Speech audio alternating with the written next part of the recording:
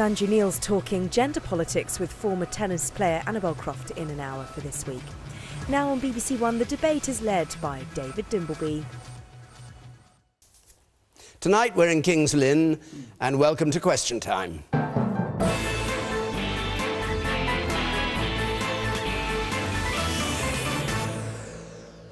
Good evening to you watching at home, to our audience here who are going to be putting the questions, which the panel don't know until they hear them. The Conservative Work and Pensions Secretary, Iain Duncan Smith, Labour's Shadow Welfare Reform Minister, Chris Bryant, the Liberal Democrat MP for Wells in Somerset, Tessa Munt, Salma Yaqoob, who heads the Stop the War campaign in Birmingham and leads Hands Off Birmingham Schools, and the editor of Private Eye, Iain Hislop.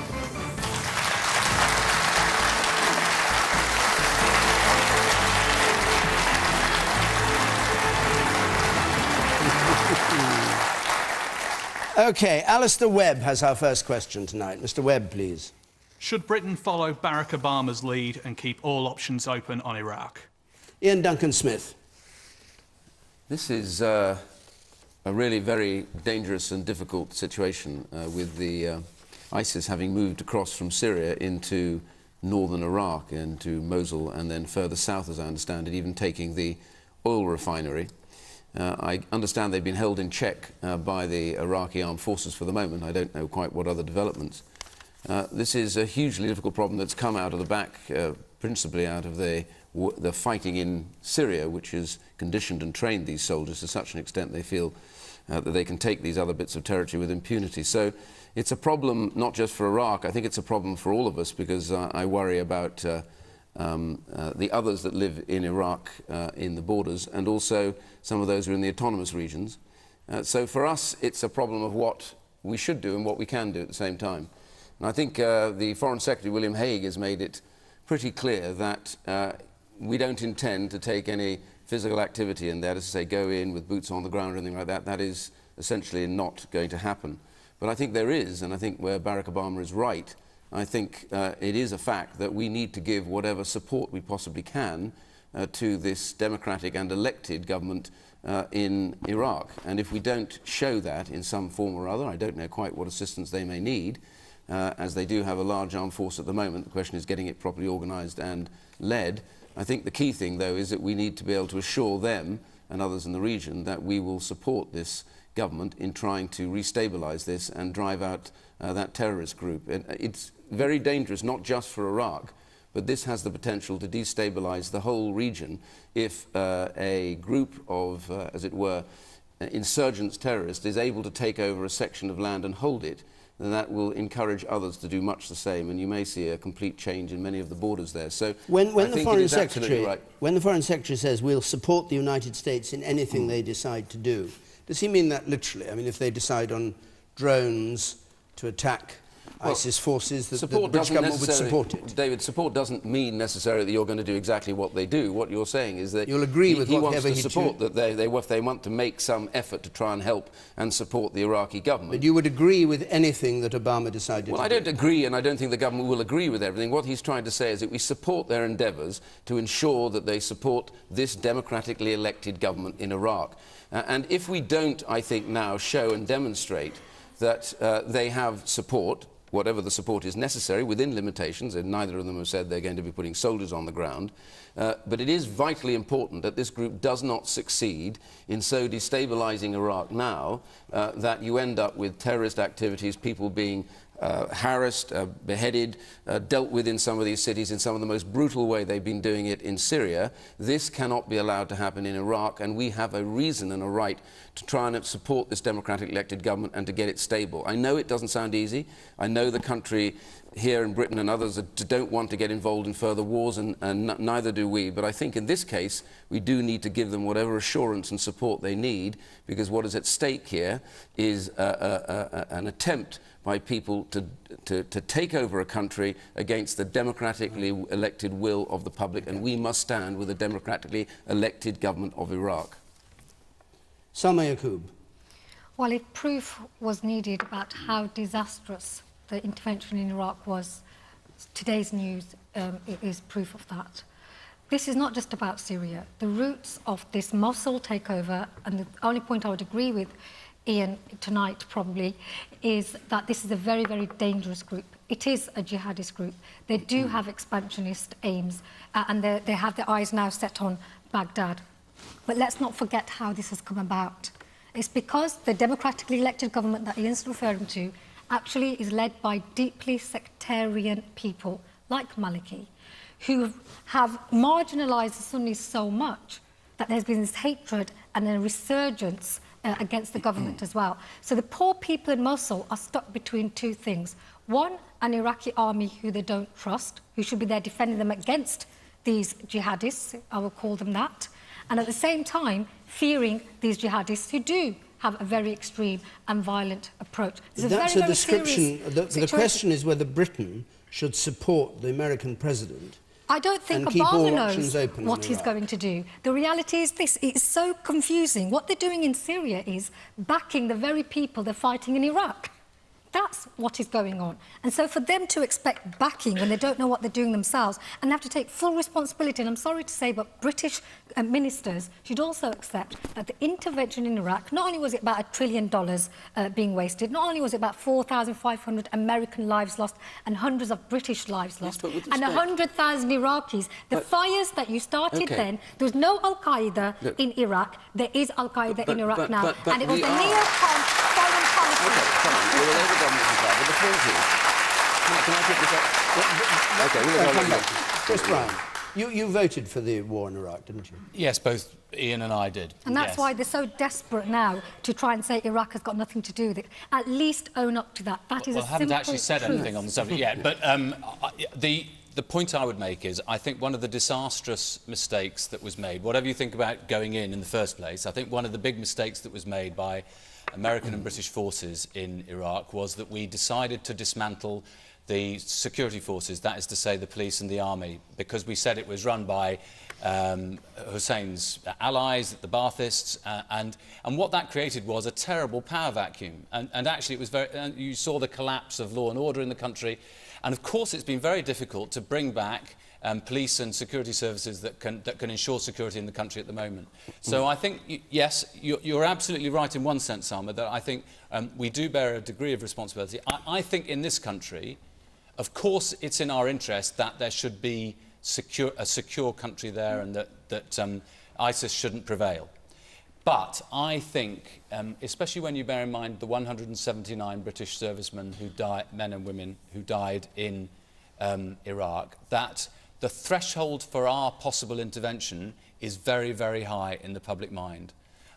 That's to say, I think most people in this country would say, just as Robert Gates, incidentally, has already said to Clinton, as I understand it, this is the former Defence Secretary in the United States of America, that we would need our heads examining if we were to be thinking about putting troops, Western troops, in the field at the moment in Iraq. The White House, hang on a second. The White House apparently tonight said that Obama is not considering boots on the ground. That's not what he's talking about. What did our British servicemen and women die for? Wait a minute, we're not talking about that. This is not a pluralist, democratic Iraq, which we were told was worth the sacrifice. Salma, let's just stick to the point, which is today.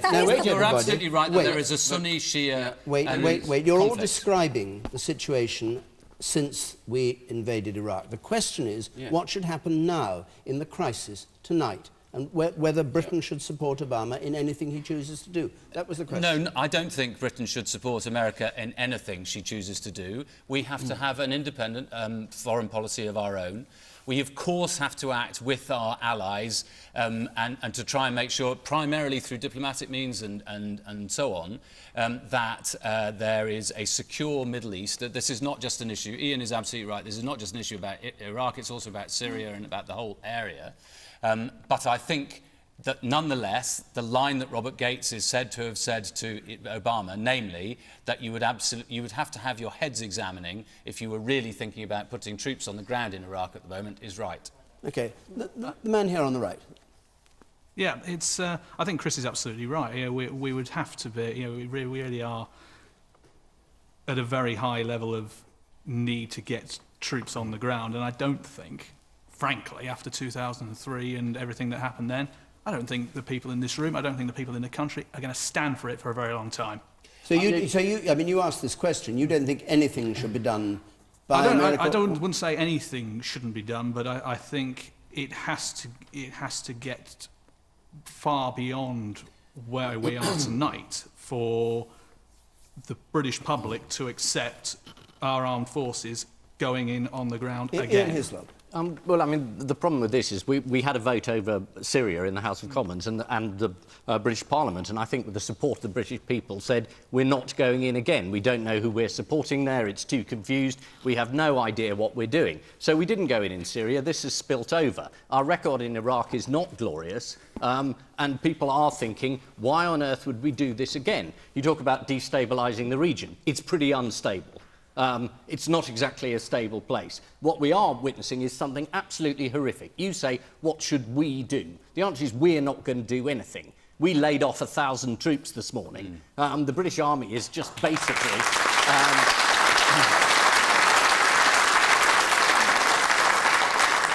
the British Army is not going to be going in. The only power that can do anything in this case is America. It is entirely up to them whether they do anything or not. But given what happened last time, most people will think we are not going to help by going in. But would we help by providing armaments, as the Americans have been doing? Well, what happened with the Iraqi army is that we gave them the armaments and they ran away and left them behind. So now they're in the hands of the jihadists. That's true. I mean, there's this huge stretch of land which quite a small army of jihadists took. The Iraqi army, everyone said it's trained up, we can leave now. We said that because we wanted to get out. They're obviously incapable of defending the country. No, it is a complete and utter mess. And I just despair at the idea that we will do something, because we won't. Tessa Munt. I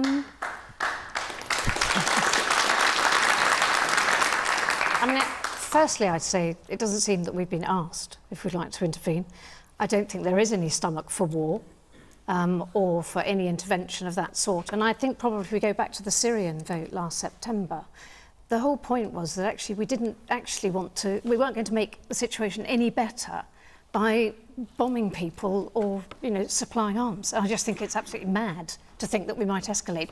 We do also have to remember the other thing that happened as a result of the Syrian vote was actually, for once, we led America, and it was at that point that Obama started considering talking to Congress about whether Congress was going to go ahead with this. So actually, and I think France as well, the National Assembly started to consider whether, in fact, they ought to be consulted. Putin seized the opportunity, didn't he? Yes, Because in the end, our parliament, we ended up voting for nothing. We didn't decide anything. We decided not to decide anything. I think it was massively mishandled. I was opposed to military action in Syria. I would have not voted for military action in Syria, come what may. Salma. I think Tessa's made a really important point that actually, for once, the democratic will of the people of this country was reflected in Parliament. And actually, it showed the influence of the anti-war movement, who was sidelined and poo-pooed at the time, that all those people who came out and marched and felt so demoralised, actually the impact was made now, because people know the appetite is not there for the right reasons. If ordinary people up and down the country got it right, we have to ask ourselves, why did the political elite get it so wrong? And this would so apply... we should have faith in the British public. And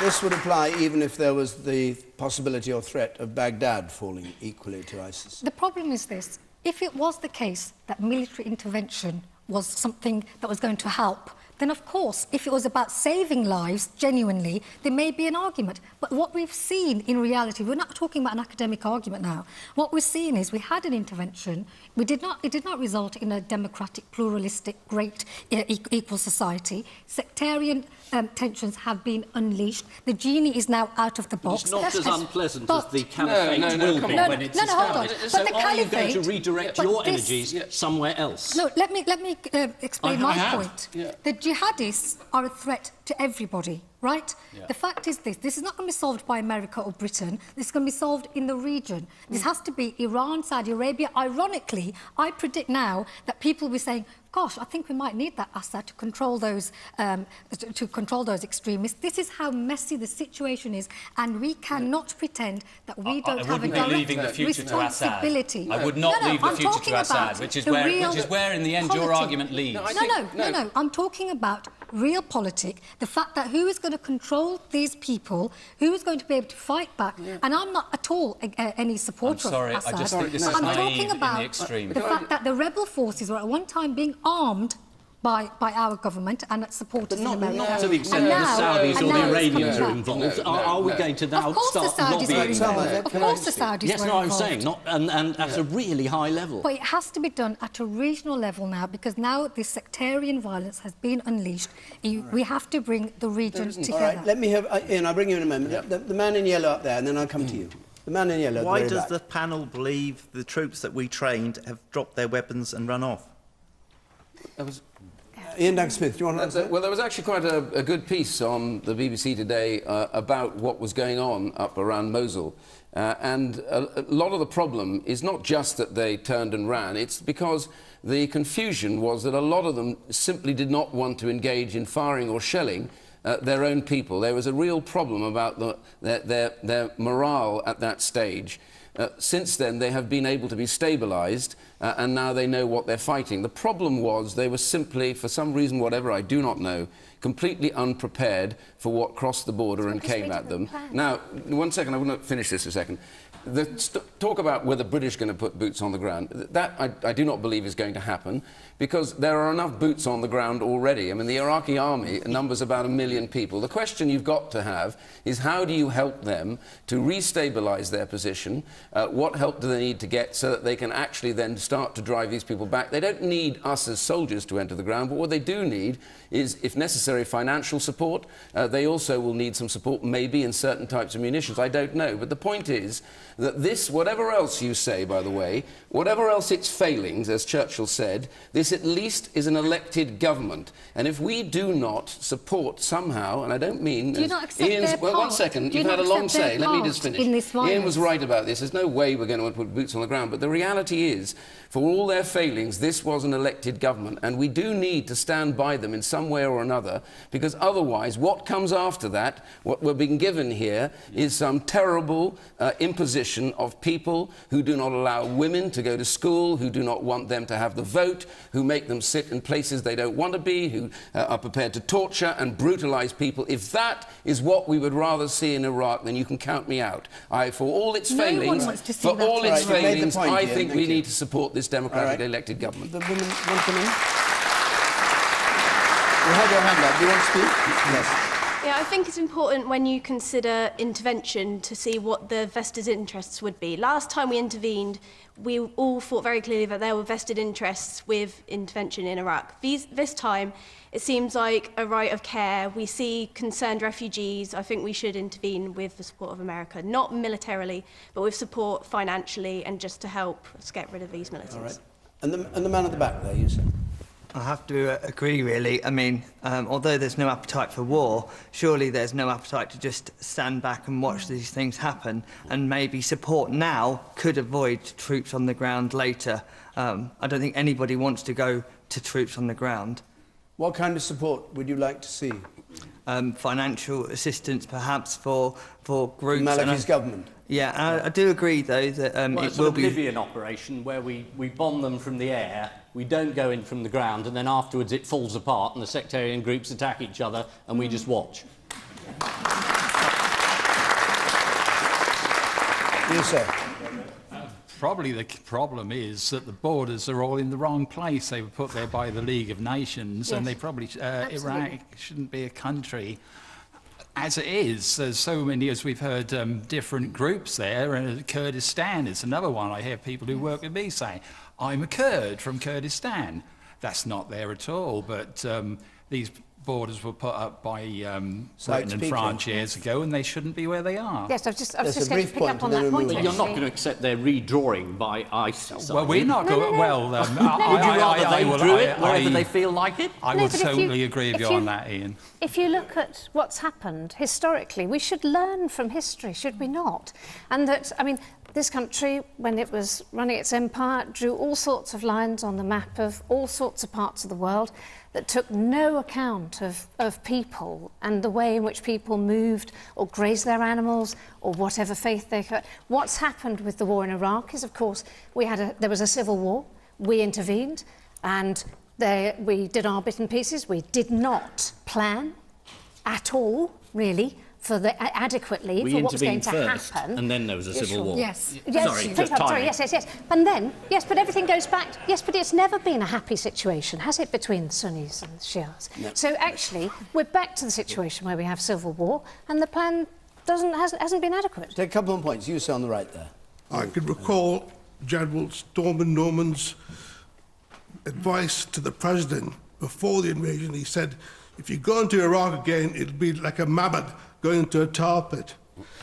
The politicians waited for that second time. They didn't give a damn about the foot soldiers and my comrades who had to go in there. And now the mess is created by our second invasion, which should never have taken place. OK. And you, Sir, 3 along. As you were saying, the borders have been moved so many times within the region. There's so many tribes, ethnic groups that are completely alien to each other. We have the modern time of the modern weapons, but there is one thing that you haven't discussed at all, is crude oil. OK, we've not discussed oil. And you, sir, in the yellow shirt, the two of you put your hands up, but I just go to you in the spectacles, and then I think we better move on to I served in Basra with the RAF, and, you know, politicians start wars, not soldiers. Yes. And I think the politicians need to read the history books and actually learn from history and learn from their mistakes. And you served in Basra? Yeah, I did, yeah. And what do you make of what's happening now? It's almost like history repeating itself. It really is. Does it make you despair of what happened before? I'm proud of my country, and I'm proud of my service to my country. You know, but the Iraqis have to help themselves. You know, you can only help them so far. Okay.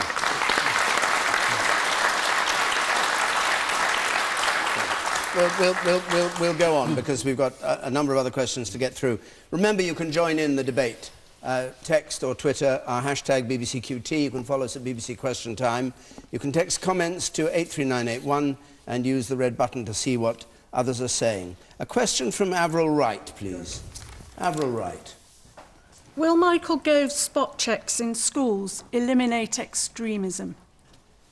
Will Michael Gove's spot checks eliminate extremism? Iain Hislop. Well, I hope so. It was a very unedifying spectacle, wasn't it?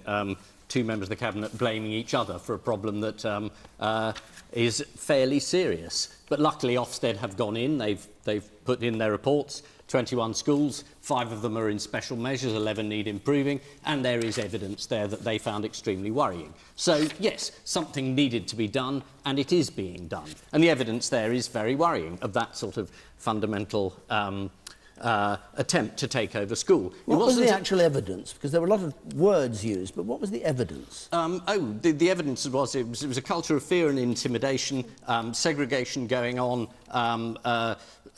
a curriculum which was not allowing for biology, girls doing music, drama. There's a huge amount of it. In teachers were being... Yeah, I mean, there are 20-odd whistleblowers, who we mentioned earlier, who've got gagging clauses, who complained. The idea that this is some sort of political put-up job, the council received 200 complaints about these schools from parents and teachers. No one did anything at all until it blew up, and then we watched the Cabinet throwing you know, chunks of blame at each other. But it's not... I don't think we should be distracted by that story. Something was going very badly wrong. I know your movement is called Hands Off the Schools. Well, I'm all for that. Hands off the governors. Get your hands off, and let's have some local accountability to have these schools take the same line as schools in all the rest of the country. That's the sort of schooling that I think works and stops extremism coming in.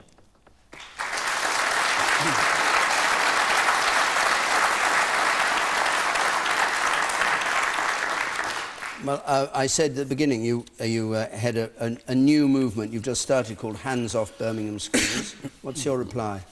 Well, I agree that schools should reflect the local accountability. What the irony in all of this, of course, is the ones that have been put into special measures were academies. So they were actually governed from Whitehall. So all this blame game is very unedifying. Not all schools, but the most important point that I am from Birmingham. Yeah. I have gone into Parkview School. I've met with the teachers and the staff and the parents.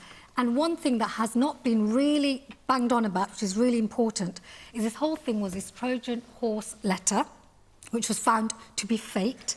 The whole thing was about extremist plot. And they even, despite all the direction... Of course they were looking for that. The whole point was the whole country's an uproar about extremism in Birmingham schools. There wasn't a plot, there was a badly organised attempt by lots of individuals. So what? The point is this, there was no extremism found, yet That's not true. Birmingham now... That's not what they said. Birmingham now... Simply not what they said. They're two separate reports. They did not find extremism. The things that you have said... What do you call extremism? I'm talking about the fact that people worried about security issues, people worried that there is a threat to this country, that people are somehow having I think extremism is different from terrorism. There was a range. And I would say that there were clearly instances of extremism. There were certainly no instances. Nobody found any plots to mount some kind of terrorist attack or anything like that. Absolutely. But no one's claiming they did. No, indeed. But I think the very fact, for instance, that girls and boys were treated differently in some of these schools is a sign of extremism. And I don't think we should put up with that in British schools. But they were reconditioning. I think that there is... Hold on a second, Salma, can you answer exactly what Chris Bryant just said? Do you think there was a problem in any of these schools that needed any attention? I'm sure there were governance issues, as there are with any kind of large organisations, and I've had people come to me to talk about the fact that they had felt intimidated. So yes, these issues need to be addressed, but let's not talk about it through the lens of counter-extremism. Intimidation? But one very important point... No, I'm sorry. Can I just please... Because the schools have been smeared here, they have actually challenging through a judicial review. The segregation question was through PE, not in lessons. There were a group of boys who actually had special needs, and so they were put in the front of the class. I'm sorry. This is why there's a legal challenge. So hold on, Salma. Iain, I'll bring you in. Salma, what is it you were worried about? Sorry, what you've said, there was a problem. What is the problem, before Iain replies? I'm talking about governance issues. You know, what do you mean by governance issues? If there was a white middle-class area, they would have called them pushy parents, because these were parents who were not asking for more religion in schools. What were they asking for? This has been the huge red herring. The impression across the country is that in Birmingham there was a load of Muslim parents who were trying to get faith through the back door. The reality is this: if they wanted a faith school, there was a load of Muslim Sorry, I want to hear the answer to this. What is the objection that you have to the way things were being done? They could have had one perfectly legally, but they don't want a faith school. They're happy with a multiple. Sorry, Salma, you must come to the point. It's not fair. It's not fair when the schools have been maligned, and so I want to make the point that they reject. Sorry, you've said there was a problem. All I'm asking you is, what was the problem? What do you think the problem was? No, I'm telling you, part view. Sikh gentleman is a principal. An Anglican, practicing Anglican, is their vice chair of the governor's body. Their assistant principal is an agnostic. How can you accuse this school of there's somehow... no problem. All right. There's no problem in terms of this cultural isolation that people have been accusing the schools of. What is the problem? These schools were outstanding, not just because of their high academic results, but because they are socially inclusive. It's nonsense. Christmas was never banned. They organised parties to join in with local schools. They invite the bishop in. Not in all of the schools. I'm saying... Sorry. All right, Salma, you've had a chance Have any of you been to the schools? Have you talked to the teachers? No, because we have Ofsted inspectors to go in. And the schools themselves... They haven't been in either. All right. Iain Duncan-Smith. Salma, you said there was something wrong. I gave you a chance to answer. You now said there's nothing wrong. No, I said it wasn't extremism. Salma, I'm saying Iain that the issues were not about extremism. It's governance issues. Iain, when he started, was absolutely right. The purpose of having an organisation like Ofsted is that they are independent of political intervention. They were asked to go... They're not independent, are they now? I'm sorry, they are independent. No, they're not they now. do not take their direction. They were asked to do an emergency inspection of these 20-plus schools. Why did they change their reports? Look, do me a favour, will you? We listened very patiently while you spoke. Let us just have a point here. The fact is that they went and looked at all these schools. They did not find they were all wrong. That was the point. They found that there were 6 schools, 4 that were essentially academies and 2 that were under local authority educational control. And in those 6 schools, they have felt that there was enough intimidation of governors, of the head teachers, and of things happening and practice happening in those schools that led them to believe there was a danger of those children in those schools being conditioned in a way that was not in line with how schools should operate. They are not faith schools. If they'd wanted to be faith schools, they should have applied to be faith schools. There are special checks over faith schools. They did not have this. This is organising them through the back door. It was right to send Ofsted in. It's right that Ofsted has made their decision. There was a problem, there was extremism, and there was a problem in these schools, and we have to stand by that. And I'm afraid no matter what you say about these schools, those letters from 200 parents show many, many people out there were very worried. We were right to act. All right, the woman at the back. I'll come to you. You first, and then I'll come to you, sir. Yes. Is this not a good argument to just get rid of faith schools altogether? These were not faith schools. OK, and you, sir. I have a real problem with the fact that Ofsted went into Parkview School 2 years ago, found it to be outstanding and inclusive, and now they're finding it inadequate for reasons of inclusion and potential extremism. You don't think things can change in 2 years? No, I think Ofsted is being used as a political football by Michael Gove, and if they go in and they do what they're told by Michael Gove, and I'd also like to observe that the whole system has been set up such that unelected, unaccountable trusts now run these schools if they're academies. It's a recipe for cliques, corruption, cronyism, but two of these and schools at are worst, local authority schools. No, two of them are local authority schools, but Parkview Educational Trust now runs 3 schools. It's basically controlled by 4 people who, when one of them will leave, they will appoint their own replacements. It's a corrupt system, it's corruptible. We need to change it and bring local authorities back into the loop and make schools accountable once more.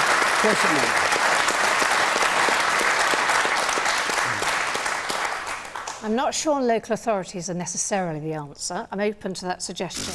But all I would say is that the local authority has failed in this particular case to pick up and deal with the problem that's But been they have identified. no power anymore. They have been taken out of the loop by Michael Gove and your government. Right, let Tessa answer the point, please. What I do think is that there should be some sort of local accountability. There's no question about that. Just let her answer.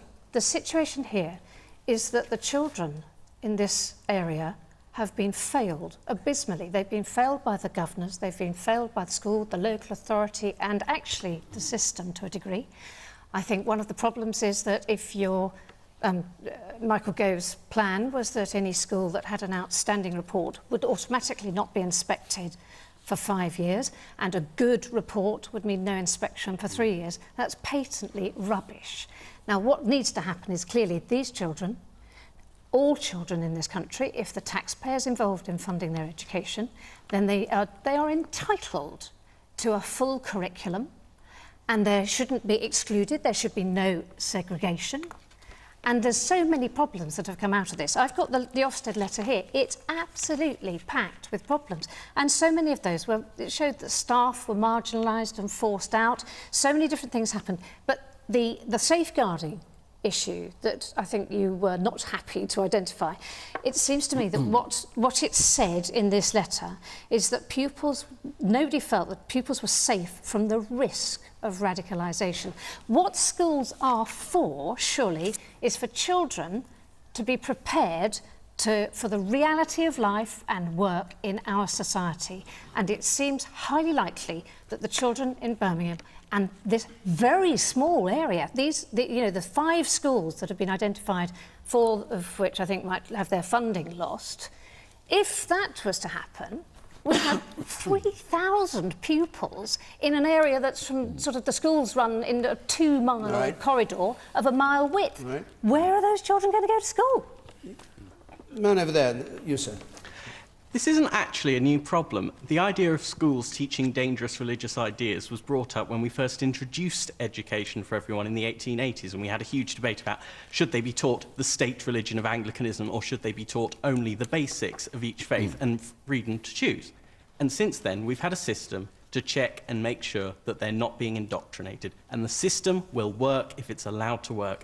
And if we have all these people getting terribly hysterical and worried, then it won't be allowed to work and actually do the job it was made to do, which is to prevent our schools being destroyed by extremists. OK. Hold on a second. I've got an ancillary question from Sam Emerson, please. Sam Emerson, can we just have your question? It ties into this. Michael Gove has spoken about teaching British values in schools.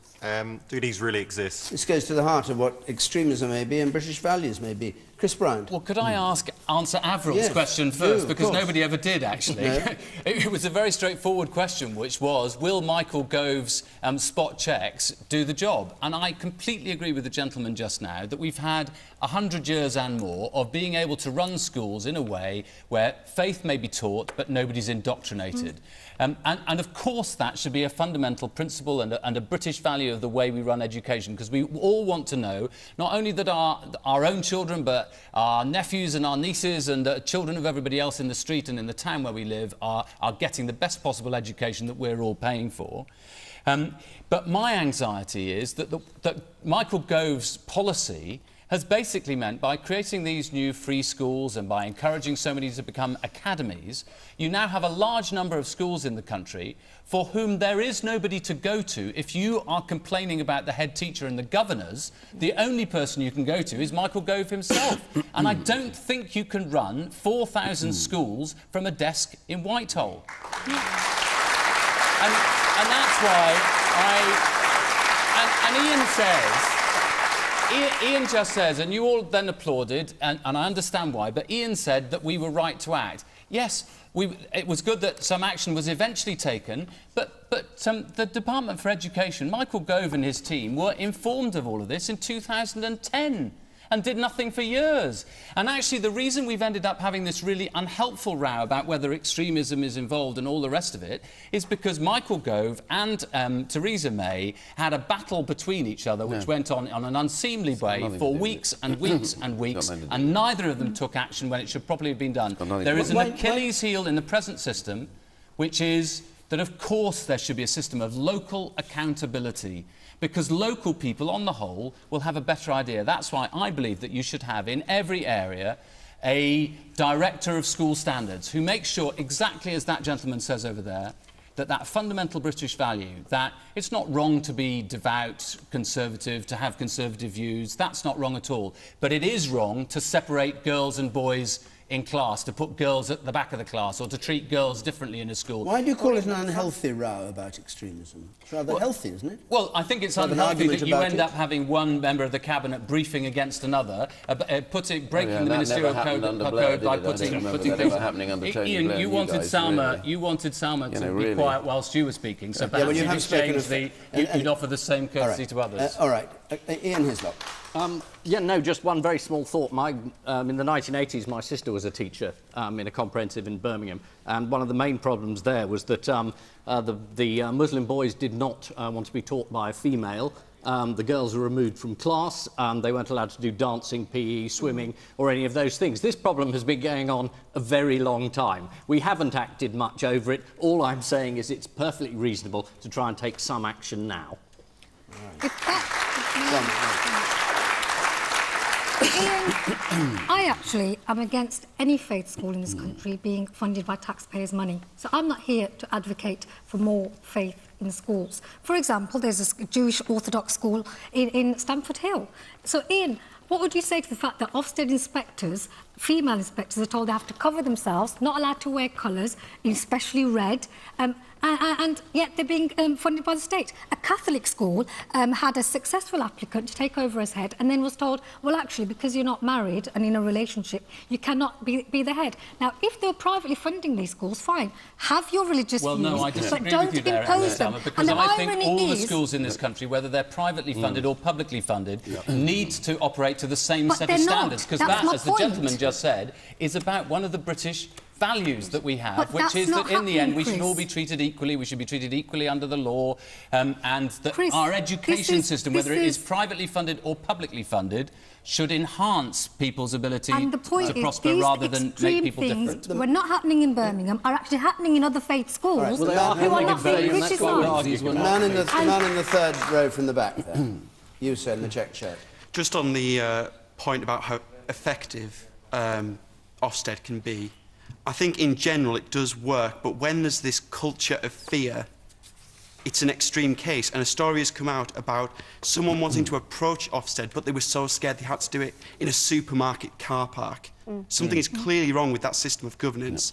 And Chris, while I agree it's very fun to lash out at the coalition of this, surely it's the Labour-run City Council who should have picked up on this a long time ago. Okay. I think, well, all right. Let's go on. Let's come to Westminster politics as illuminated by the voters of Newark. Patrick Reeves' question, please. Patrick Reeve. Is the result of the Newark by-election the end for the Lib Dems? Is it the end of the Lib Dems? OK. Who'd like to start on that? Well, let me think. I think Chris Bryant, you start. Oh, what joy, what bliss. Look, I mean, they did very, very poorly. They didn't even come in 4th or 5th, but 6th. They came in behind Paul Baggerly, who was the candidate standing about the closure of the Newark Hospital. And it was an interesting point that though David Cameron visited the constituency 4 times during the by-election, he didn't visit the Newark Hospital, where he closed the accident and emergency in 2011, and I think we know why. Look, it was interesting in Newark because there are historically, a lot of people have voted Liberal, I would say, rather than Liberal Democrat in Newark. And I think I met a lot of them who are now going to vote Labour. I met some who were going to vote UKIP, actually. And I think a lot of them felt let down because they felt that when they voted Liberal Democrat all those years, or Liberal, they were voting for a fundamentally different style of doing politics. And in the end, you know, the classic instance that was brought up time and time again on the doorstep was tuition fees. The party went into the last general election promising that they were going to scrap tuition fees, and they didn't do that, they trebled them. And we now know that actually senior figures in Nick Clegg's team knew perfectly well they were never going to be able to deliver the scrapping of tuition fees. And that's in the end when I think people start to go, frankly, let's get rid of you. So if it comes to a coalition after the next election, you couldn't countenance going in with the Liberal Democrats because you wouldn't be able to trust them. And, yeah? I love you, David. I really, really love you.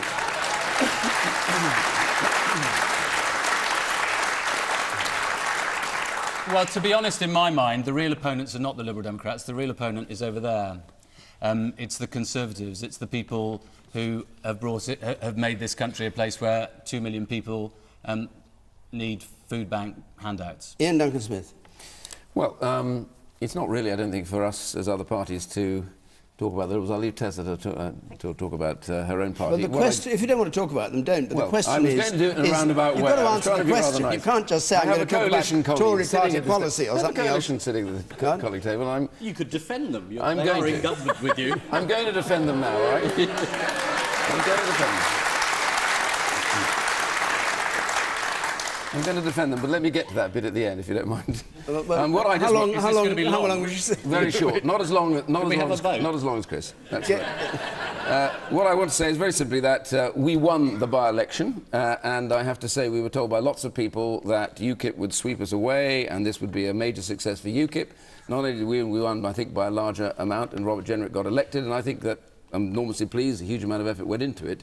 Yeah, you Two threw things. The kitchen well, sink, hold on a second. With respect, Chris, you actually ran the Labour campaign, and it's one of the worst results of any by-election that Labour's fought in. You actually went backwards.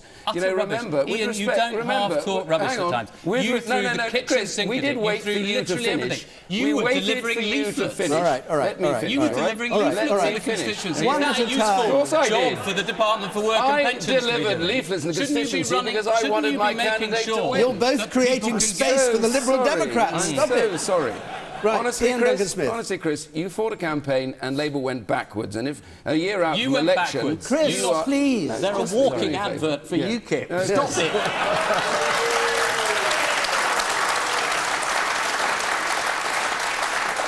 Well, obviously, by the sound of that, one thing's for sure, there's not going to be a coalition after the election between us two. That's it. Can I just say that a tough decision was taken by the Liberals to join the coalition at the beginning, and they did it, I believe, quite genuinely, as I think my party did, for the sake of the country, to try and make sure that we got the deficit down, we got the economy back going, and got people working again. And all I can say is that, yes, the Liberals have taken a pretty heavy hit for some of that, but I think and hope, I don't know, I obviously still want to win in all those seats that they oppose us in, but I will say this much for our coalition colleagues. I think they've They will, at the time of the election, I think people will look back and say, we took a disastrous economy that had crashed and we got it moving again, we got people going back to work, things aren't perfect, but they're in a lot better state than they were. Tough decisions were taken, and they played their part in that. I believe that I want a Conservative government elected after the next election, but I do think that they should take some credit for having taken I'll come to you in a moment, sir.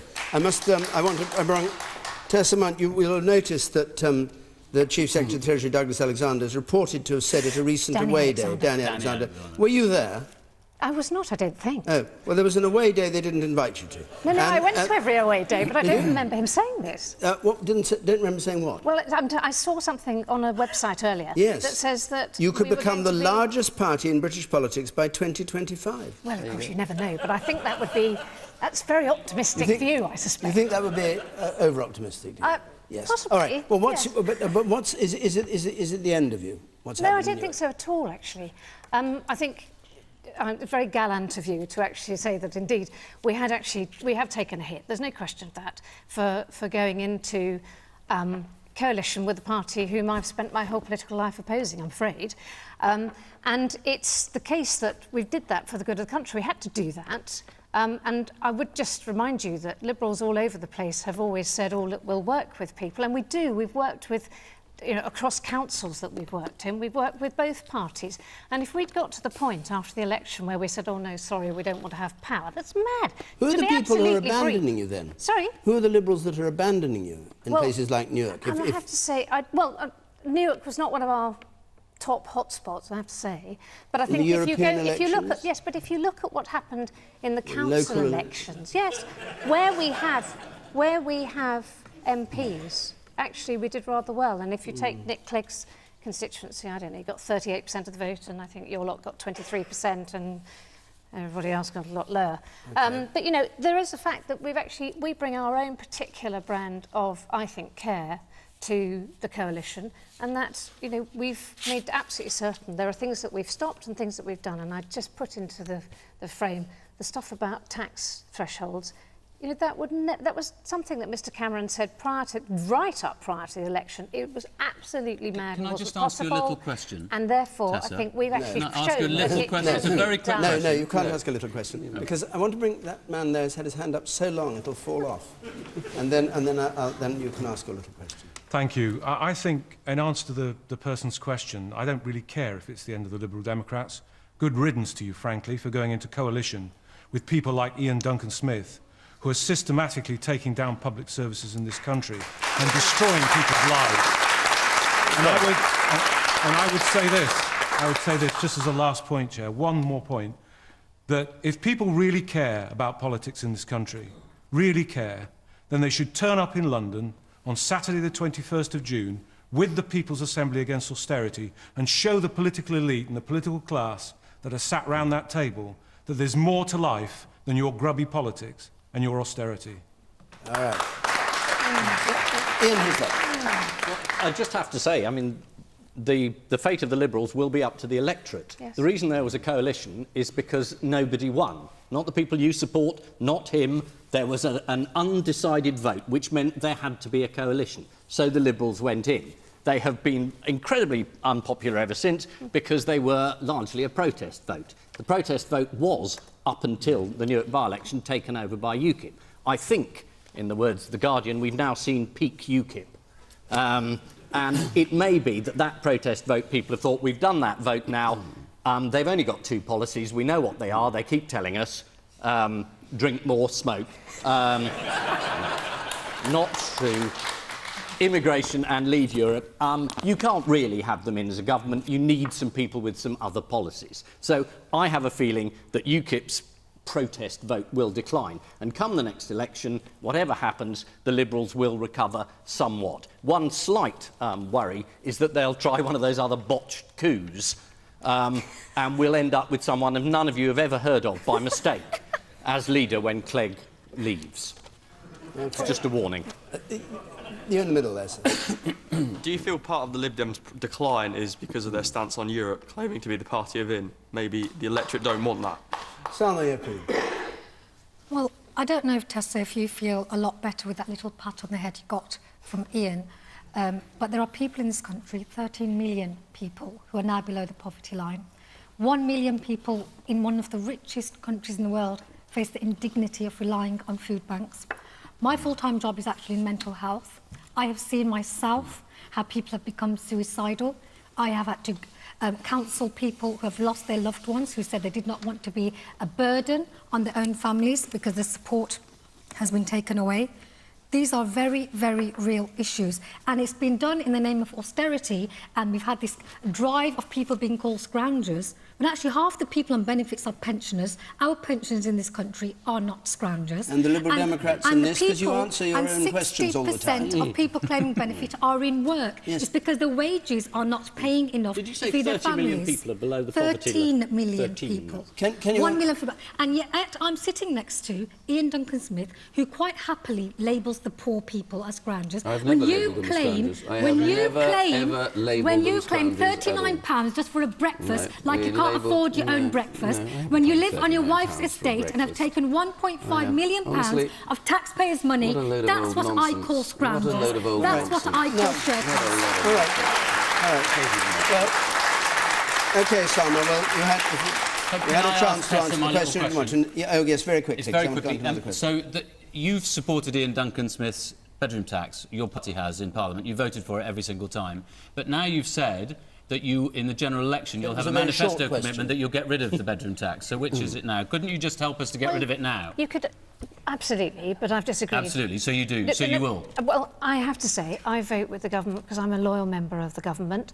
If it comes to something, you know, that, well, forgive me, but actually there are a number of changes that we need to make, and there are certain things. I mean, take, for example, in my area... The bedroom tax. One of the... The bedroom tax. Will you vote one against of it? the local authorities... Well, you introduced the same thing No, when we you were didn't. in power. That is a lie, Iain Duncan Smith. In You've housing repeated it benefit, many you times, but it's a introduced lie. the fact that people could not have spare rooms for private sector rented housing benefit We did not do it retrospectively, yes, which is what you did. You did it introduced- retrospectively, no, which is the your cruelty. argument. You introduced it. And it was so I'm first sorry. introduced in I'm sorry. 1989 by a You Conservative introduced government. it. You introduced and it, you I'm did it afraid. retrospectively, Honestly, you do which rewrite means history. that people are now paying a £14 I love the a week. rewriting of history that goes on here. The You thing I introduced would it. say is actually we're entitled to our manifesto as we approach the next general election. What we have to do, perhaps, is, and the problem somebody, I can't remember which one of you, sorry, mentioned the fact about tuition fees. But the reality is, if we'd really been very savvy, we'd have realised that your lot are in favour of tuition fees, your lot are in favour of tuition fees.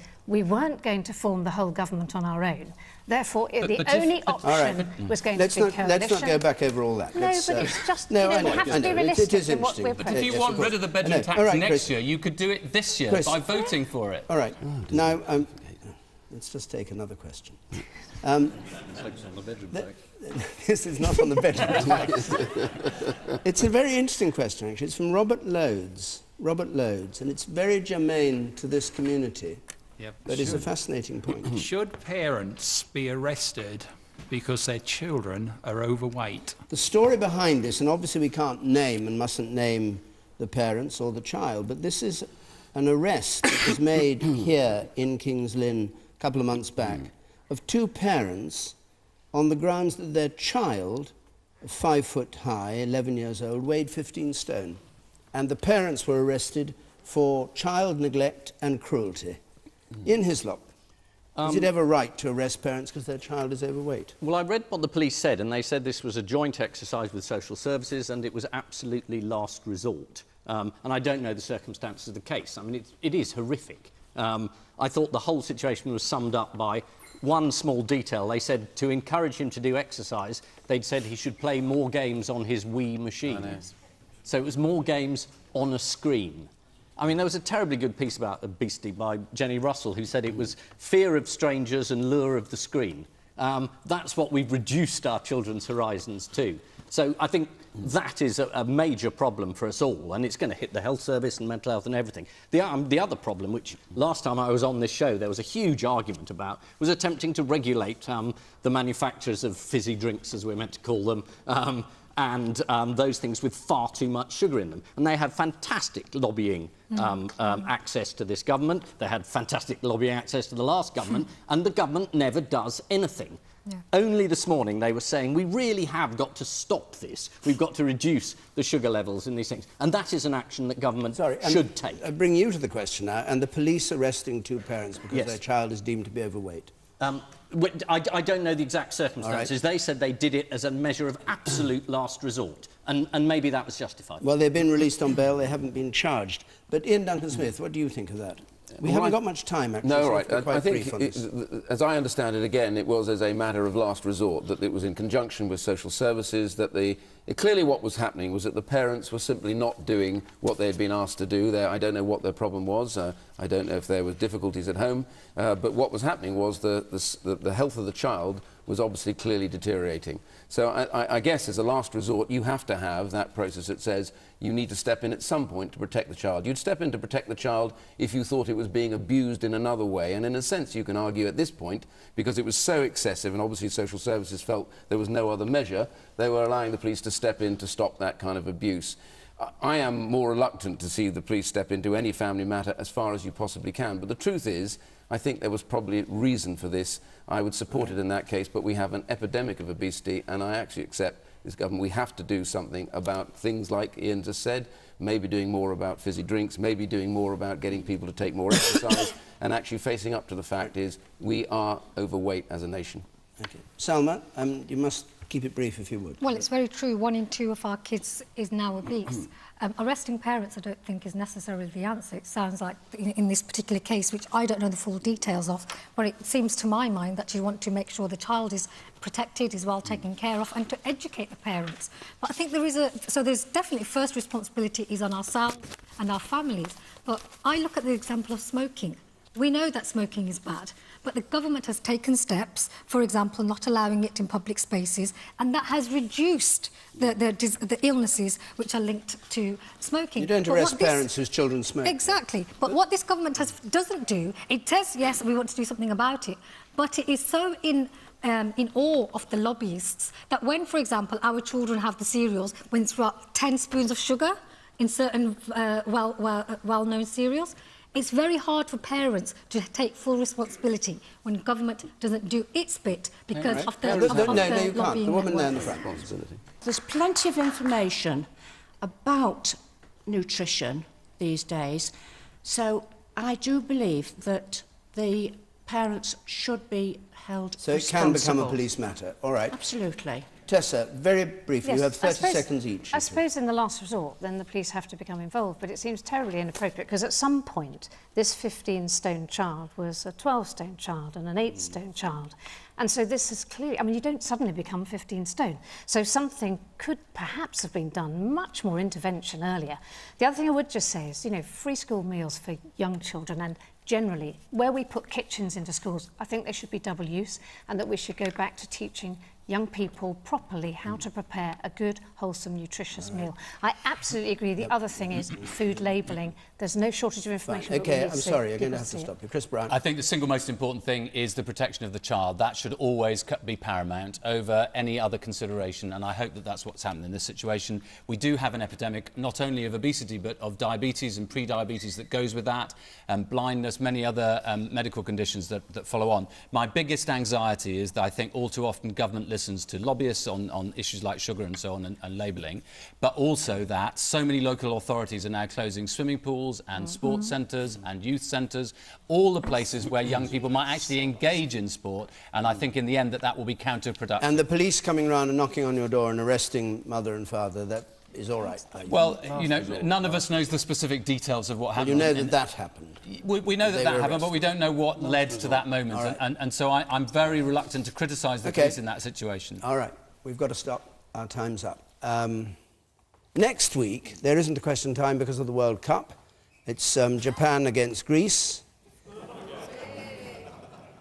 You laughed, I didn't. I didn't laugh. It's a week off. After that, we're back in Wolverhampton the following week, and then in Croydon. So if you'd like to come to Wolverhampton in a fortnight's time, or Croydon, the address to apply to is on the screen there. The telephone number, which I always forget unless I read it out, is 0330 123 99 88. So do give us a call. Do come along to Wolverhampton or Croydon. I'm being attacked by a fly. My thanks to, and so are you now, my thanks to the panel here and to all of you who came here to King's Lynn to take part. From the Corn Exchange until Thursday week. Good night.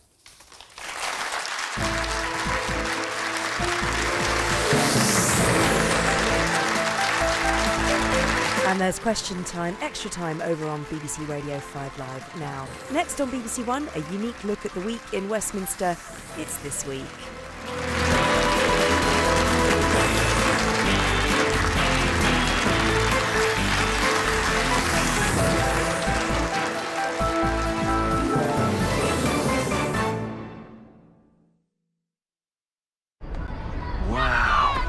Who made this? We did. Italiani. Wanna play English?